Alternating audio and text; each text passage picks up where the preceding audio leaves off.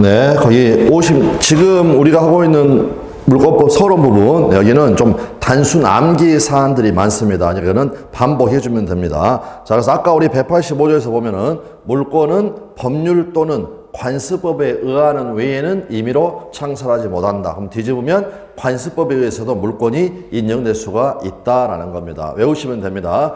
관습법상 인정되는 물권은 두 가지입니다. 하나는 관습법상의 법정지상권이라는 것과 다음에 분묘기지권, 딱 두 개뿐입니다. 따라서 나머지 것들은 부정이 됐는데 부정된 판례 사안이 온천권이라는 관습법상의 물권은 인정되지 않는다라고 했고요. 그 다음에 사도 통행권 부정했고요. 공원 이용권 또는 근린공원 이용권, 이런 관습법상의 물권도 부정을 하였습니다. 그 다음 미등기 매수인, 아직 등기를 안 한 사람입니다. 이 사람은 소유권도 없지만 그 판례를 보게 되면 소유권에 준하는 관습상의 물권도 인정되지 않는다라고 하였습니다. 그러니까 여기는 암기사안이다라고 봐주시면 되겠습니다. 그 다음에 그 공원 이용권, 거기에는 판례가 어떤 표현을 썼냐면요. 자, 관습법상 물권이 인정되지 않는다. 요 물권 대신에 어떤 표현을 썼냐면 아까 물권이 제가 직접 배타적으로 지배하는 권리. 그래서 물권이라는 용어를 사용하지 않고 배타적 권리. 네, 이런 것은 인정되지 않는다라고 하였습니다. 자, 그 내용 봐두시면 되겠고. 그 다음에 밑에 이제 물권의 종류가 나와 있습니다. 그럼 일단 물권은 크게 두 가지로 나눕니다. 하나는 점유권. 점유권은 사실상의 지배를 하나의 권리로 파악을 해준 겁니다. 사실상의 지배. 그 다음에 다른 하나는 본권. 이거는 법률상의 지배로서 법률상의 지배라는 말은 지배를 정당화해주는 이러한 권리를 본권이다. 다시 본권은요, 소유권과 그 다음에 이 소유권, 소유자의 소유권을 제한하는 제한 물권으로 나누어집니다. 그리고 제한 물권은 용익 물권과 그 다음에 담보 물권으로 나누어지고 그 표 보시면 됩니다. 용익 물권에는 지상권, 지역권, 전세권이 있고요. 담보 물권에는 유치권, 질권, 저당권 이렇게 있습니다. 그런데 질권은 저희 시험 범위가 아니니까 지금 우리는 물권법 서론 부분을 하고 있는데 이제 물권법 강론에 가게 되면 이 개별적인 이 물권들 점유권, 소유권, 지상권, 지역권, 전세권, 그 다음에 유치권, 저당권, 네, 애들을 공부를 해 가게 됩니다. 그럴 때 점유권 이외의 물권, 이것들을 뭐라고 하느냐? 본권이라고 한다. 그러므로 우리 시험에서 여기 지상권은 본권이다 아니다? 본권이죠. 그냥 본권이 아니다라고 해서 틀린 지문으로 나온 적이 있습니다. 자, 그래서 밑에 보시면 본권은 이제 표는 여러분들이 봐주시고 본권은 법률상 물건을 지배할 수 있는 권리로서 물건의 사실적 지배의 유무와는 관계가 없다. 점유권을 제외한 나머지 물권이 본권이다. 네, 가로에서 보시는 것처럼 우리 시험에서는 지상권은 본권이 아니다라고 해가지고 틀린 지문으로 출제가 됐었습니다. 자, 일단 여기까지 하고요. 여기까지 하고 OX 잠깐 좀 보도록 하겠습니다.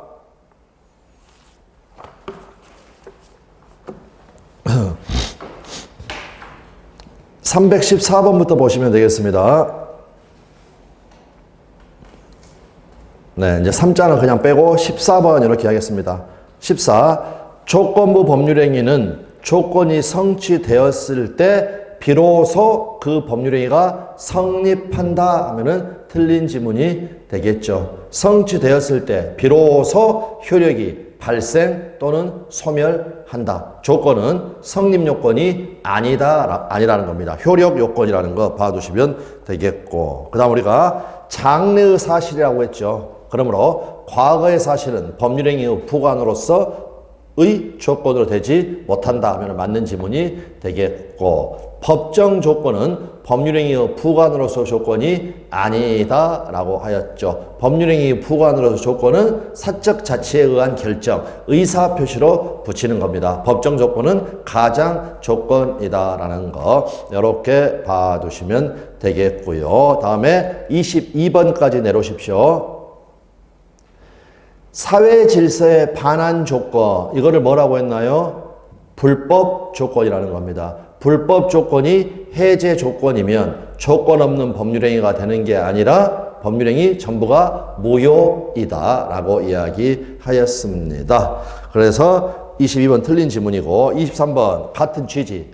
조건을 붙이는 것이 허용되지 않는 법률행위에 조건을 붙인 경우 그 조건만을 분리하여 무효로 할 수는 없고 그 법률행위 전부가 무효이다. 23번도 틀린 지문이고, 따라서 24번 조건이 선량한 풍속 기타 사회질서에 관한 것이면 그 법률행위는 무효가 된다. 여기에 맞는 지문이 되겠습니다. 그 다음에 25번 아까 플러스 마이너스 계산하는 거, 조건이 법률행위 당시 이미 성취된 경우 기성 조건이니까 플러스, 그 조건이 정지 조건이면 플러스 곱하면 조건 없는 법률행위가 된다. 무효가 된다 했으니까 틀린 지문이 되겠고, 26번 해제 조건부 법률행위의 경우 마이너스, 법률행위 당시 조건이 이미 성취한 것이다. 기성 조건이니까 플러스 곱하면 마이너스니까 그 법률행위는 조건 없는 법률행위로 되는 것이 아니라 무효이다 라고 이야기를 하여야 합니다. 다음 27번 조건부 법률행위에서 불능조건이 정지조건이다. 불능조건 마이너스, 정지조건 플러스, 곱하면 마이너스. 그러니까 그 법률행위는 무효이다 하면은 O가 되겠고요. 28번은 27번하고 같은 말입니다.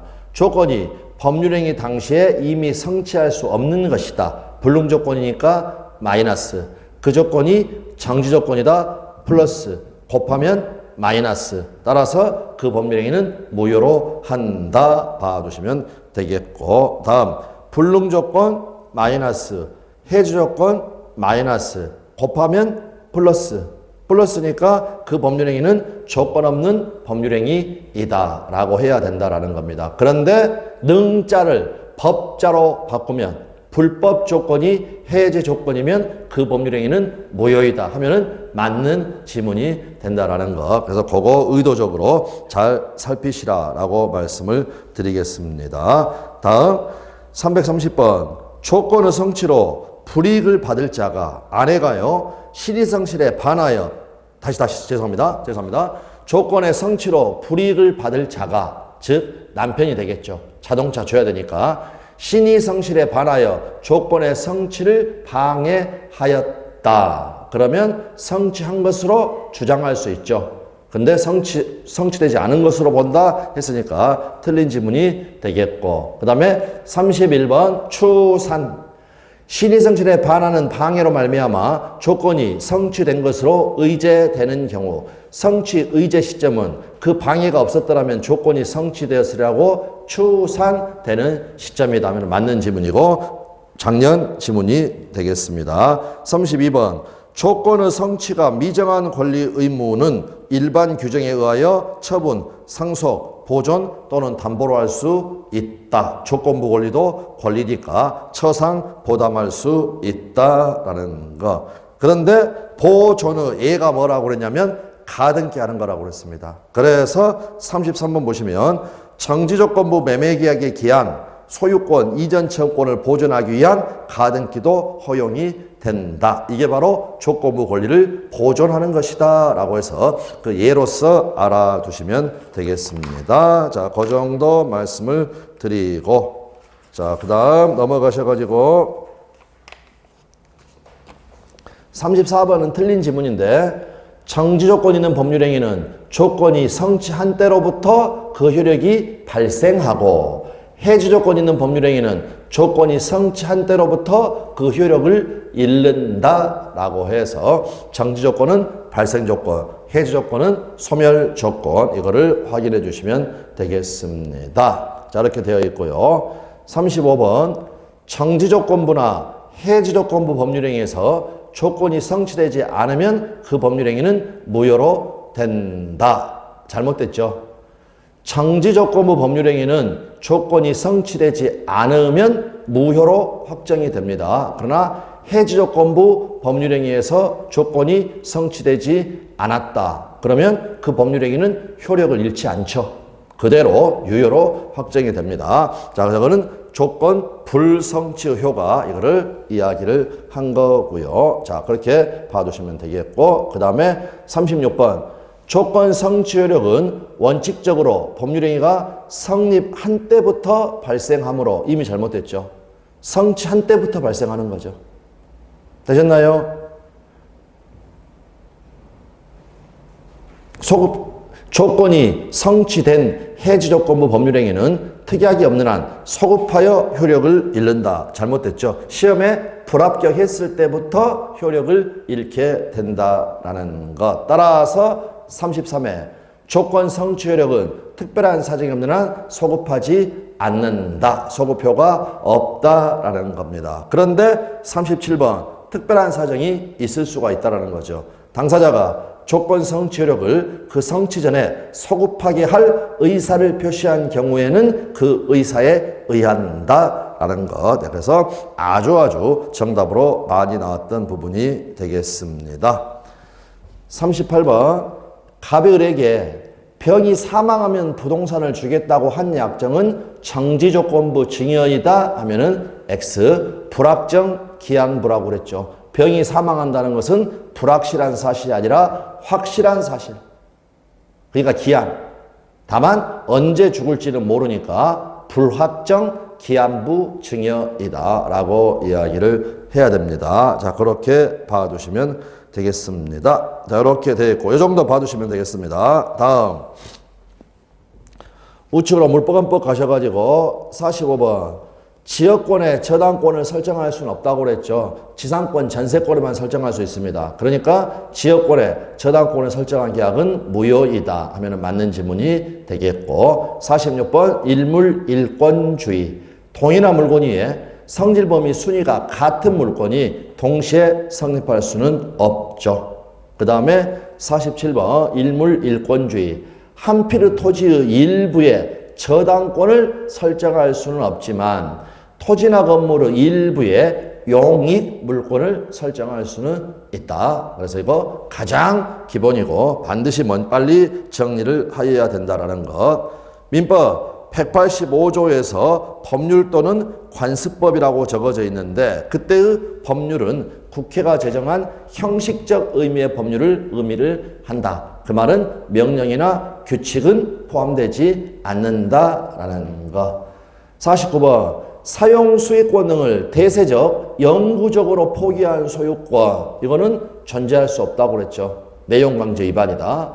처분권 등이 없는 소유권도 인정되지 않는다. 아까 원으로 제가 그렸던 거 이걸 생각하시면 되겠습니다. 51번 점유권 이외의 물권이 본권이니까 지상권도 본권이죠. 본권이 아니다라고 했으니까 틀린 지문이 되겠고, 그 다음에 52번 온천권, 온천에 관한 권리 관습법상의 물권이 아니죠. 볼 수는 없다라고 했으니까 옳은 지문이 되겠고, 53번 근린 공원을 자유롭게 이용한 사정만으로 공원 이용권이라는 물권을 취득하였다고 볼 수는 없다. 근데 그 물권 자리가 우리 판례에는 배타적 권리라고 적어져 있다라는 겁니다. 54번 사도 통행권도 부정됐다고 그랬죠. 타인의 토지에 대한 관습법상의 물권으로서 통행권이 인정될 수는 없다라는 거. 된다 했으니까 X. 55번 미등기 무허가 건물의 양수인은 소유권 이전 있기를 격려받지 않아도 소유권에 준하는 관습법상의 물권을 취득한다 하면은 X. 결국 다시 한번 관습법이 인정하는 물권은 관습법상의 법정상권과 분묘 기지권, 그거 아니면 전부 다 부정됐다 라는 거 가지고 반복해서 이거는 단순 암기 부분이니까 라고 봐두시면 되겠습니다. 다시 이제 책을 오십시오. 물권적 청구권 확 줄여서 이야기하면 물권의 온전한 실현을 위하여 법에서 인정하는 핵심적 구제 수단이 된다라는 겁니다. 그래서 이제 이 물권적 청구권. 자, 먼저 이거 그 예로 한번 생각을 해보십시오. 여러분이 갑입니다. 여러분이 토지를 소유를 하고 있는데 여기에 을이라는 친구가 무단으로 건물을 지었다라는 겁니다. 그럼 아까 무조건, 즉 여러분의 허락이 없었어도 그 다음에 등기를 안 했어도 이 건물은 신축자인 을 겁니다. 을이 그 소유권을 원시 취득한다 라고 했을 때 여러분은 뭘 할 수 있겠습니까? 소유권은 을한테 있지만 이거는 무단이기 때문에 권한이 없기 때문에 이 건물의 존립이 유지될 수는 없습니다. 그래서 갑이 을한테 뭐를 청구할 수 있냐면요, 이 건물을 철거하라고 요구할 수 있습니다.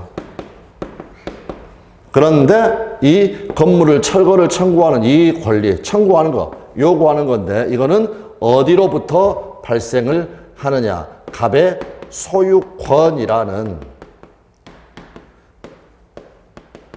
물권으로부터 발생을 한다라는 겁니다. 그래서 결국에는 이 물권적 청구권이란 말에서 물권적이란 말은 물권으로부터 발생하고 다음에 이 물권에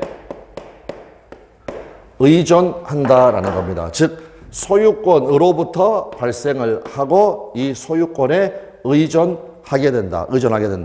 자, 일단은 그 내용을 확인을 해 두시면 되겠습니다. 자, 그 다음에 이제 그 경합 그 부분, 그 다음 바로 밑에 민법 규정. 여기는 지금 신경 쓰지 마십시오. 안 배운 부분들이 있으니까 배우고 나중에 보시면 되겠습니다. 거기 적어져 있는 거, 물권적의 의미. 물권적 청구권은 세 번째까지 내놓으시고요. 예. 물권적 청구권은 물권으로부터 발생하고 물권과 분리하여 처분할 수 없다. 즉 그 성립과 존속에 있어서 물권에 의존한다라는 것. 따라서 소유권에 기한 물권적 청구권은 소유권과 분리하여 양도될 수 없다. 이제 여러분들 우리가 많이 보게 되는 것, 분리처분 금지. 분리처분 금지. 요거를 봐두시면 되겠습니다. 자, 그랬고 귀책사유. 지금 우리가 여기 이렇게 을이 무단으로 건축을 했다. 이 경우는 지금 을에게 귀책사유가 있는 경우입니다. 그런데 거기 보시면 물권적 청구, 다시요. 상대방의 귀책사유는 물권적 청구권의 행사 요건이 아니다라는 거. 이거는 뭘 생각하시면 되냐면 예를 들어서 여러분이 버스나 지하철에 핸드폰을 두고 내렸다. 그러면 상대방, 즉 버스 회사나 그 다음에 철도공사 이런 데가 잘못한 것은 없죠. 그래도 여러분은 뭐라고 할 수 있습니까?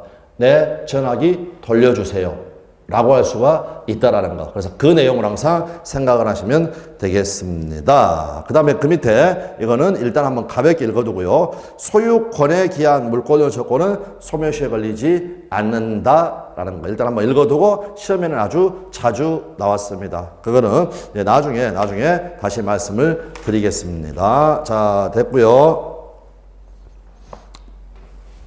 58페이지에 이제 물권의 변동이 나와 있고요. 물권 변동 총설과 관련하여 어떤 제목이 나와 있냐면 물권행위의 유무인성, 그러니까 유인성, 무인성 이렇게 학설 대립이 있는데 결론부터 말씀을 드리게 되면 판례는 유인성의 입장입니다. 유인성의 입장. 일단 개념 한번 봅니다. 개념. 채권행위가 있었고 그 이행으로 물권행위가 행하여진 경우에 원인행위인 채권행위가 무효이거나 취소 또는 해제되면 그 이행으로 행하여진 물권행위 효력이 어떻게 되느냐의 문제이다. 이렇게 생각하시면 됩니다. 자, 예를 들어서 갑하고 을하고 매매 계약을 체결하였습니다. 이게 바로 의무 부담행위, 채권행위. 채권행위. 그리고 이제 물권행위가 있었죠. 처분행위. 그래서 소유권 양도라는 물권행위. 지금 우리 사례에서는 소유권 양도입니다.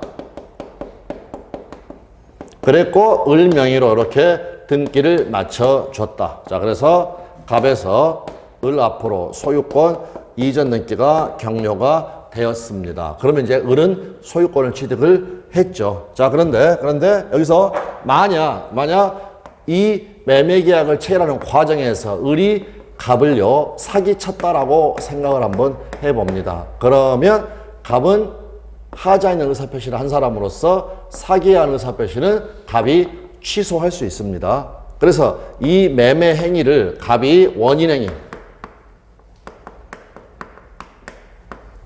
이거를 갑이 취소를 했다는 겁니다. 지금 매매 계약을 취소를 한 겁니다. 그럴 때 이 물권행위는 어떻게 될 것인가? 그러면 이 원인행위 취소가 물권행위에 아무런 영향을 미치지 않는다라는 그런 입장을 뭐라고 하느냐? 무인성. 그런데 이 매매계약의 취소가 이 물권행위에 영향을 미친다. 이거를 유인성, 이렇게 이야기를 하는데 우리 판례는 어떤 입장이냐? 유인성의 입장이라는 겁니다. 그래서 일단 설명 들으십시오. 매매계약을 취소를 해서 원인행위가 처음부터 무효가 돼버리면요, 물권행위도 당연히 효력이 없어져 버립니다. 되셨나요? 다시 한 번만. 4월 1일 날 매매하고 6월 1일 날 소유권 양도를 했다라는 겁니다. 사기당했습니다. 매매 계약을 취소를 했습니다. 그러면 자동으로 이 소유권 이전 행위도 효력이 없어져 버린다라는 거. 그럴 때 지금 말씀드린 게 중요합니다. 이때 어떤 단어를 알아둬야 되느냐? 소유권 또는 물권. 일단 물권 신경 쓰지 말고요. 소유권에 당연복귀라는 표현을 씁니다. 판례가.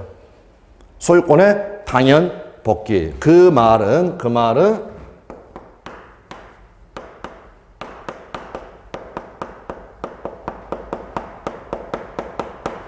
지금 이 매매계약을 취소를 하면 매매계약만 취소했습니다. 등기부에는 지금 을 앞으로 이전 등기가 되어 있습니다. 그래도 이거는 누구 소유다? 갑에게 당연 복귀가 되어버린다는 겁니다. 등기와 무관하게라는 말은 달리 표현하면 등기를 말소하지 않아도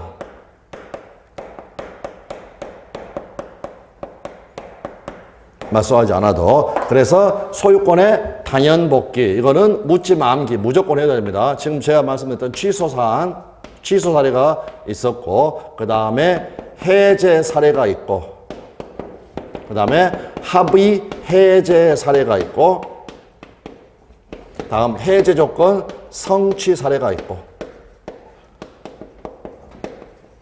그래서 외워둬야 됩니다. 외워야 된다. 일단 지금 저는 취소를 이야기했는데 나머지도 다 마찬가지입니다. 그래서 해제, 합의 해제까지는 전부 다 시험에 출제가 되었으니까. 자, 그래서 거기 다시 한번 이제 개념 한번 봐보십시오. 설명드렸으니까 개념 다시 한번.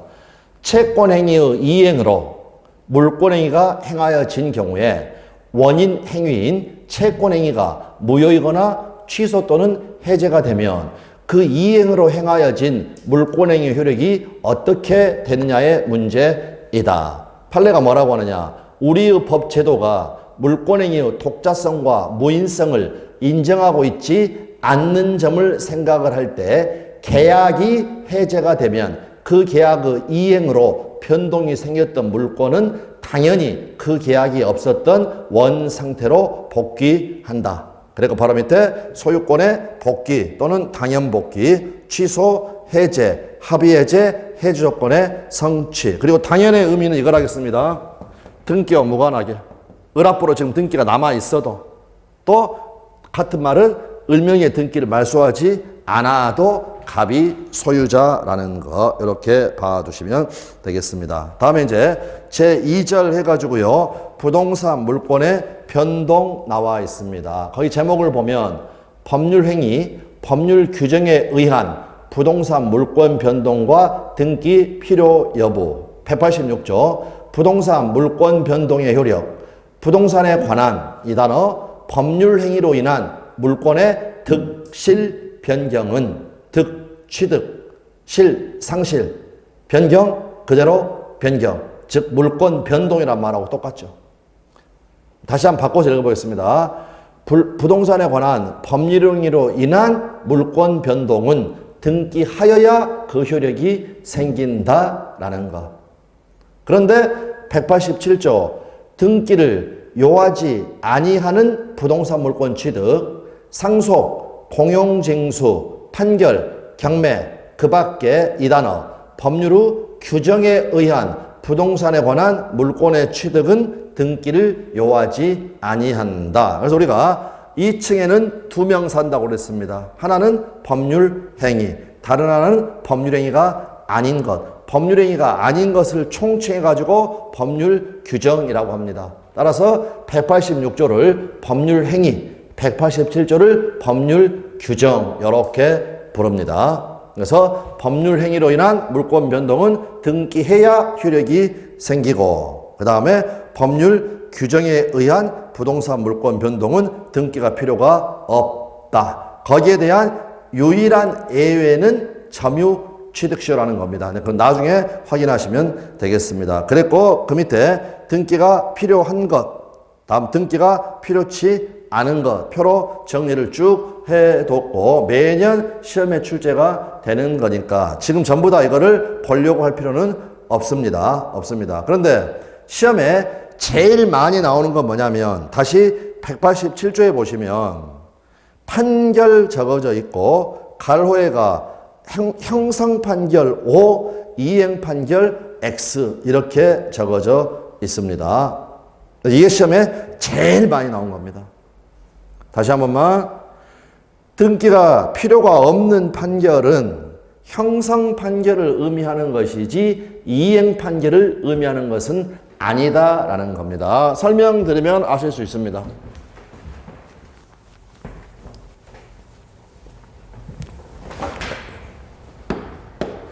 자, 갑하고 을하고 1억 원에 매매 계약을 체결을 했고요. 매매 계약을 체결했고 그 다음에 4월 1일 날, 그 다음에 6월 1일 날 만나가지고 대금 다 주고 그 다음에 인도까지 받았습니다.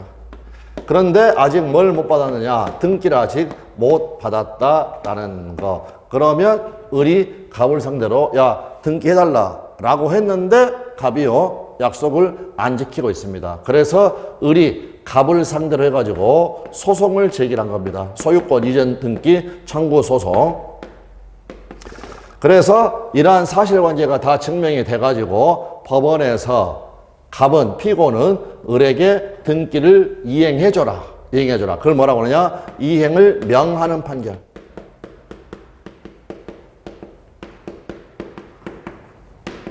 더 줄여서 이거를 이행 판결. 방금 법원에서 뭐라고 그러냐면 갑은 을한테 등기를 해줘라 라고 이행을 명했다는 겁니다. 그러면 그 명에 따라서 을 앞으로 등기가 되었을 때 을이 소유권을 취득한다. 그런데 결국 187조에서 그러면 187조에서 적어져 있는 판결이라는 것은 방금 말씀드렸던 것처럼 이러한 이행 판결을 말하는 게 아니라 뭘 이야기한다? 형성 판결을 이야기하는 거고요. 형성 판결이라는 건 뭐냐면 판결 자체에 의해서 물권이 형성이 되는 겁니다. 그 대표적인 예가 뭐냐면 재판상 분할로 가가지고 공유물 분할 판결. 나중에 공유물에서 공부를 하겠지만 이제 공유자는요 언제든지 우리 이거 쪼개가지고 각자 단독 소유하자라고 할 수 있습니다. 그러면 공유물 분할할 때는 원칙이 협의인데 서로 협의가 안 될 때가 있겠죠. 그러면 어쩔 수 없습니다. 판사님이 알아서 쪼개주세요 라고 했을 때 판사님이 이것저것 고려해가지고 요렇게 쪼개라 땅땅땅 해버리면 이 공유물 분할 판결이 확정되었을 때 소유권이 각각 단독 소유권이 창설된다라는 것, 형성된다라는 것. 그래서 확정시란 말은 등기가 필요치 않다라는 것. 요거를 이야기를 합니다. 자, 그래서 그 밑에 등기 필요 5에서요. 네 번째 지문 한번 봐보십시오. 법원의 이행 판결에 의한 소유권의 이전 여기입니다. 그러면 어떻다? 등기가 필요하다. 등기 필요하다. 네, 이렇게 봐두시면 되겠습니다. 그래서 시험에는 제일 많이 나온 부분이다. 많이 나온 부분이다. 라고 봐두시면 되겠고요. 그 다음 잠깐 뒤쪽으로 가가지고 잠시만요. 한 가지만 체크를 해보겠습니다.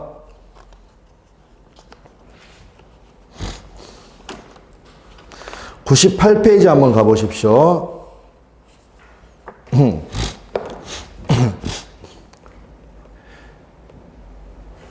표하고 표 사이에 작은 동그라미 3번에 분할의 효과라고 적어져 있습니다. 찾으셨나요? 소유권의 변동.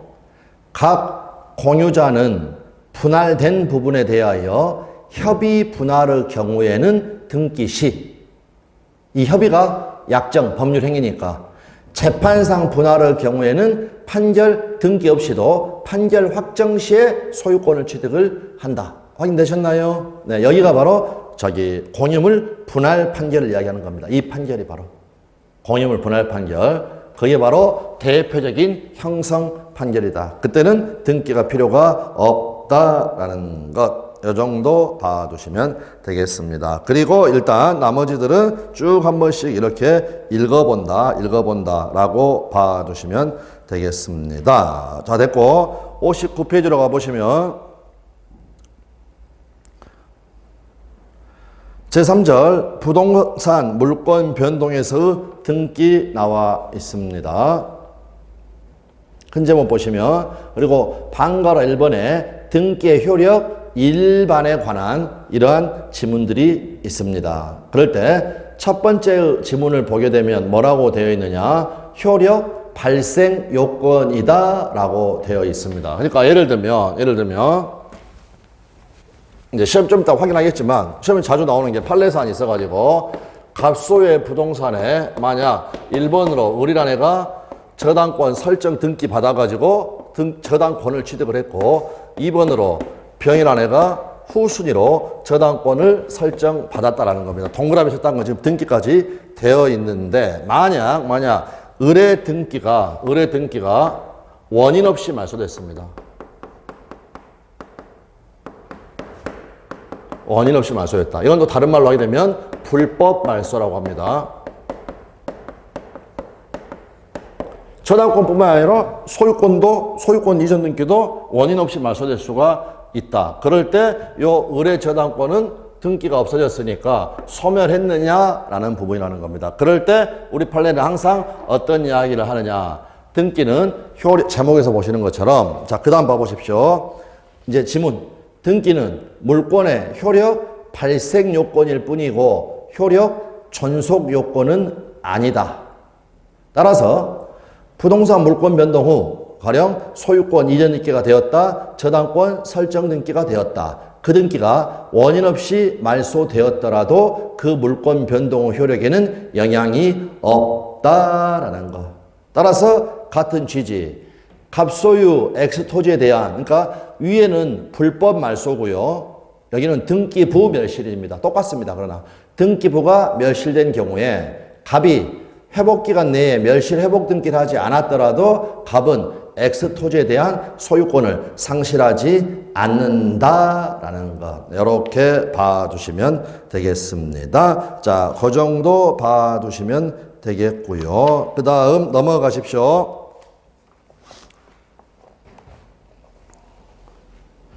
지난 시간에 저희가 무무추, 그 다음에 무추, 취추, 무추가 뭐였습니까, 여러분? 그 용어를 기억을 해야 됩니다. 무무추가 무권대리나 무권처분의 추인, 무추는 무효 행위의 추인, 그러면서 통정, 가장매매, 축, 로또 당첨 이렇게 이야기를 했습니다. 취추가 뭐냐? 취소할 수 있는 법률행위의 추인, 그럴 때 무추입니다. 무효인 가등기를 유효한 등기로 전용하기로 약정을 하면 그 가등기는 그때부터 유효한 등기가 된다. 그런데 소급하여 유효가 된다 하면 틀린 지문 비소급적 추인, 비소급적 추인. 네, 이렇게 봐두시면 되겠고요. 다음, 증여에 의하여 부동산을 취득하였지만 등기 원인을 매매로 기재하였다. 그럴 때 증여를 뭐라고 그랬냐? 은닉행위라고 그랬죠. 통정허위 표시와 구별해야 되는 개념 기억나시나요? 통정허위 표시와 구별해야 되는 개념, 거기는 다시 앞으로 가시게 되면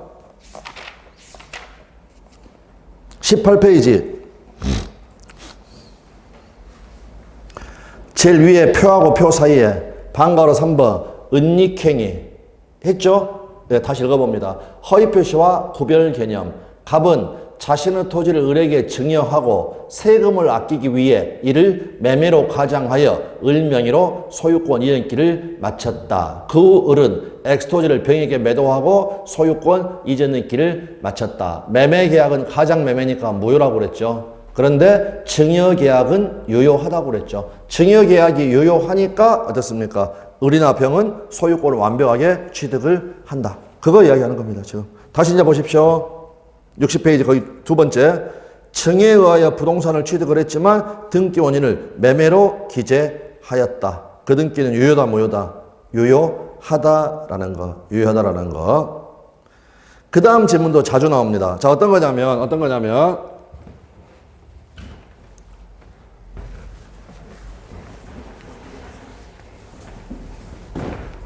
예를 들어서 갑이요 자신의 토지 위에다가 이렇게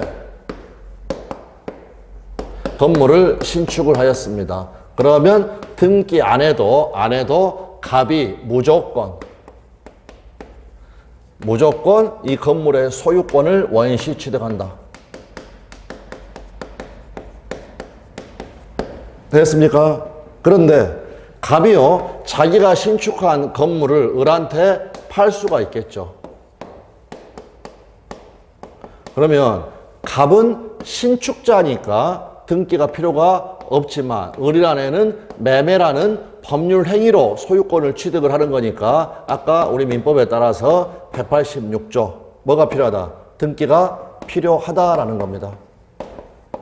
등기가 필요하다. 그러면 원칙은 갑 명의로 소유권 보존 등기를 하고 그 다음에 을 앞으로 소유권 이전을 해주면 된다라는 겁니다. 그런데 둘이 그냥 합의해가지고 귀찮으니까 이 양수인 명의로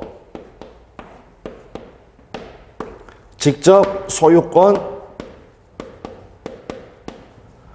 보존 등기를 해도 을이 소유권을 취득을 한다라는 겁니다. 자, 그래서 거기 보시면 미등기 건물의 양수인이 그 건물을 신축한 양도인의 동의를 얻어 직접 자기 명의로 보존 등기를 하였다. 그 등기는 유효하다. 다음, 신축 건물의 보존 등기를 건물 완성 전에 하였더라도 그 후 그 건물이 곧 완성이 되었다면 그 등기를 무효라고 할 것까지는 없다라는 것이죠.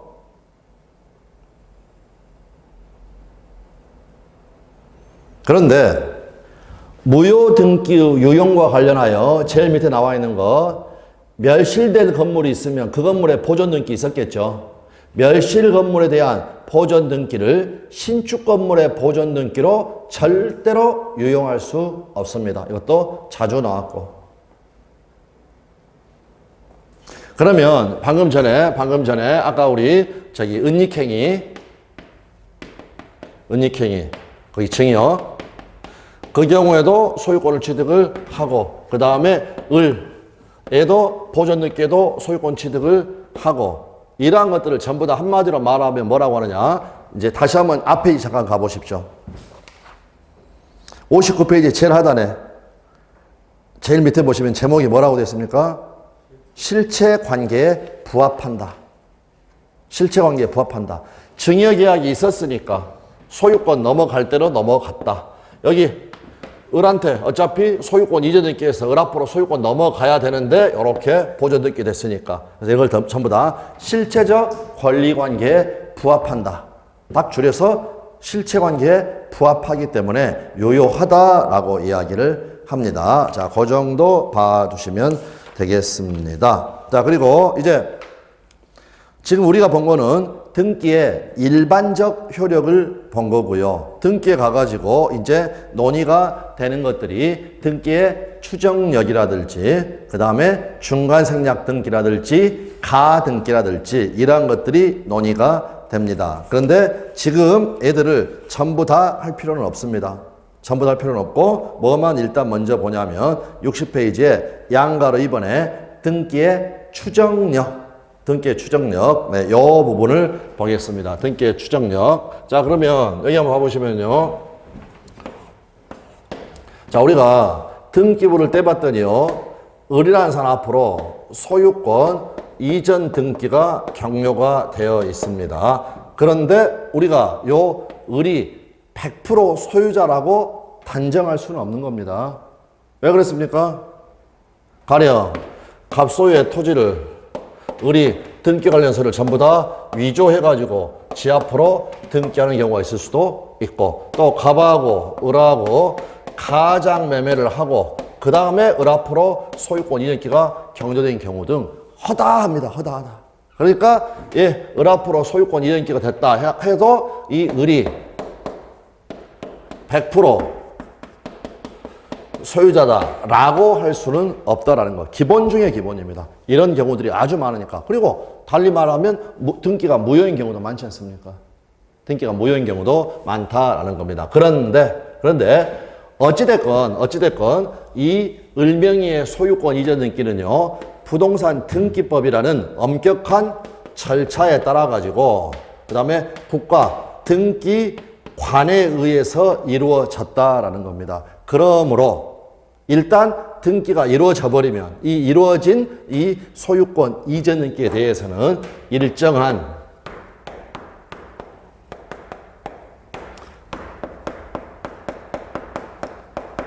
증명력을 부여를 합니다. 가령 소유권 이전 등기가 경료되어 있으면 요 을에게 소유권이 있다라고 추정하는 겁니다. 100% 을이 소유자다라고 단정하는 게 아니라 을에게 소유권이 있다라고 추정한다. 그 다음에 을명의의 소유권 이전 등기는 원인과 절차에 있어서 작법하에 경료된 것으로 추정한다라는 것. 무슨 말인지 아시겠나요? 이해됐습니까? 을이 100% 소유자라는 거 아닙니다. 가장 매매가 있을 수도 있으니까, 만약 여기가 등기 원인이 매매가 있었다. 그럼 이 매매가 100% 적법할 수는 없습니다. 무효인 경우도 있을 수도 있다. 그런데 일단은 추정한다라는 거. 그러면 결국에는 추정이라는 단어는 모두 다 뭐의 문제냐? 증명 책임의 문제입니다. 증명 책임의 문제. 그러면 가장 기본입니다. 추정되는 사실이 있으면 증명 책임은요, 이